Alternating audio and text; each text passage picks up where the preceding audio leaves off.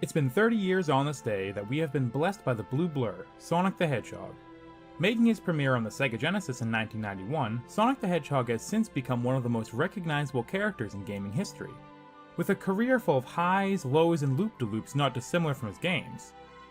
But if it's one thing that's remained true after all these years, is the undeniable impact this fast fellow has had on me and countless others, spanning across multiple generations of video game fans worldwide. And he ain't done yet. With the announcement of Sonic Colors Ultimate breathing new life into one of the better 3D titles, the Origin Collection for old fans to relive and for new fans to experience the games that made me fall in love with the series, as well as what seems to be a brand new game slated for a 2022 release. It's a great time to be a Sonic fan. But with all the recent news and whatnot, it's more important than ever to understand Sonic's roots. So, without further ado, it's my pleasure to bone up on Sonic the Hedgehog for a Sega Oh no, we're not doing that. No, we're definitely not doing that. Come on, have some respect for the man's 30th birthday. Alright, that's better. Anyway, let's bone up on Sonic the Hedgehog for Sega Genesis. Created by Sega as a mascot to rival and hopefully dethrone Mario from his prestigious platforming pedestal, Sonic was ironically inspired by the original Super Mario Bros., in which Sonic creator Yuji Naka would take great joy in playing fast. Damn, Mr. Naka thought to himself with blistered and bleeding thumbs halfway through World 6-2, this game would be a lot cooler if it was faster. So he called up his homie Naoto Oshima and said, "Yo, let's make a game like Mario, but faster." "K," Oshima replied, "and Operation Defeat Mario has begun." And Mr. Sonic the Hedgehog was born, putting players in control of Sonic as he puts a stop to Dr. Robotnik/Eggman's awful animal abducting and assembly of an army of angry automatons. Using the simple concept of a fast-paced platformer, and some shameless advertising poking fun at the Super Nintendo for being comparatively slow, Sonic the Hedgehog gave Sega a fighting chance in the brutal 16-bit console wars. But what can you say about Sonic the Hedgehog 1 that hasn't been said 1.5 million times already over the past 30 years? A lot, strangely. Even though this is the first entry in the series, in my time of being a fan, most people who have played the games on the Genesis only really recall Sonic 2. Even more recent games and media, like Sonic Generations, Sonic Mania, Super Smash Bros., and the Sonic movie that reference Sonic 1, only ever toss in Green Hill Zone out of what seems like obligation. Of course, later entries would improve upon the initial formula, so I guess it makes sense that later, better games would deserve more attention. But to toss the original by the wayside is disrespectful to say the least. Let's take a closer look at the classic and find some more good in it besides, the first level. Yo, this shit bussin'. Green Hill Zone does do a really great job to capture the essence of Sonic, and acts as a great playground to get familiar with the different elements of the game. In fact, each of the preceding levels do a great job to introduce different mechanics that overall help the player to master the game. Speed and exploration, patience and caution, sick air,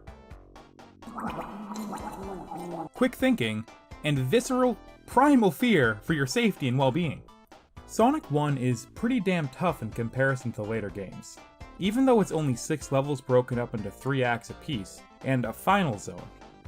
The difficulty really starts to ramp up at the level whose name is cursed time and time again by just about every Sonic fan I've ever met. Labyrinth Zone. Slow movement, relentless obstacles, and the very real possibility of drowning? Yeah, I'm gonna have a great time here. Getting to play around in Starlight Zone right after is worth the several lives that you'll most likely lose because— Oh no. Oh no, find a bubble, find a bubble, find a bubble, come on! Because of that. After you get a chance to breathe with Starlight Zone, you'll find yourself in the most diabolical final level in any Sonic game. Scrap Brain Zone. In my experience, this terrifying trap-filled factory is the only level where Dr. Robotnik is actually trying to kill you. Like, look at this. This is some Dark Souls shit right here. Chill the hell out. If you want to get the good end, where Dr. Robotnik isn't juggling the Chaos Emeralds like a smug motherfucker, you have to collect the 6 Chaos Emeralds by having 50 rings at the end of the level and jumping into the giant ring, sending you to a vaporwave hellscape, where your helpless body is tossed around at the whim of this seemingly sentient maze, while you struggle to navigate and smash yourself against colorful walls and dissipating crystals, in a futile effort to use the very real pain Sonic is feeling to wake him from this fluorescent nightmare. You'll be tempted to find the easiest way out to be free from the pain, but with pain comes glory. And with your battered and bruised body, you can find the sacred treasure at the heart of this terrible warren of lights, freeing you in a nauseating spiral as your eyes open to the unfamiliar skies of... Aw crap, I'm still in Labyrinth Zone? At the end of the 3rd act of each level, you battle it out with Dr. Robotnik in some new contraption that always conveniently takes 8 hits to destroy. And then a final showdown where Robotnik seems to have gotten himself lodged in some pistons? I'm sure those things aren't the only things that are pissed in after Sonic hands him his own ass. The bosses in this game aren't the toughest in the series, but in the same way that the different zones help you master the game as a whole, each boss acts as a final test of the abilities you've just learned in that level. I hope you studied, because I'm sure the thing that you dislike the most is what you're going to have to deal with. It's damn near impossible to talk about a Sonic game and not bring up the music. Sonic the Hedgehog 1's soundtrack was composed by Masato Nakamura, the bassist and producer for the band Dreams Come True, which Nakamura took inspiration from the band's music for the Sonic soundtrack, and vice versa. The 1997 hit Marry Me is essentially just a chill, slowed down version of Green Hill Zone.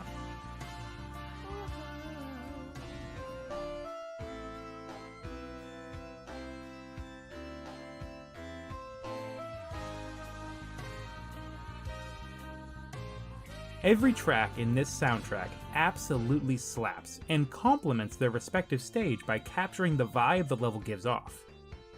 Marble Zone fitting the mysterious temple theme, and the swingy and swanky sound of Springyard Zone, a song more often than not I find myself whistling without realizing.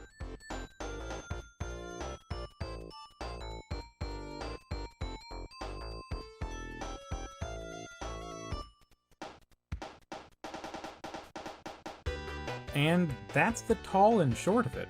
Of course, it sounds extremely simplified, but I'm not really underselling it. And truthfully, that's some of the beauty in this game. Simplicity. Sonic 1 had a goal in mind and saw to it, coupled with the novel concept of the neat rolling ability. Sonic 1 is fast and fun, even today, 30 years later. This game is still very much a product of its time, but still worth a play. Unfortunately, playing it after the later entries makes Sonic 1 show its age with its comparatively rough design in both visuals and gameplay. With the fear of sounding sickeningly cliché, Sonic 1 ran so that later games could, well, run faster. Sonic the Hedgehog 1 is not my favorite Sonic game, and I think I've only legitimately beaten it like maybe 3 times in my life. But this game started it all. It started my favorite video game series.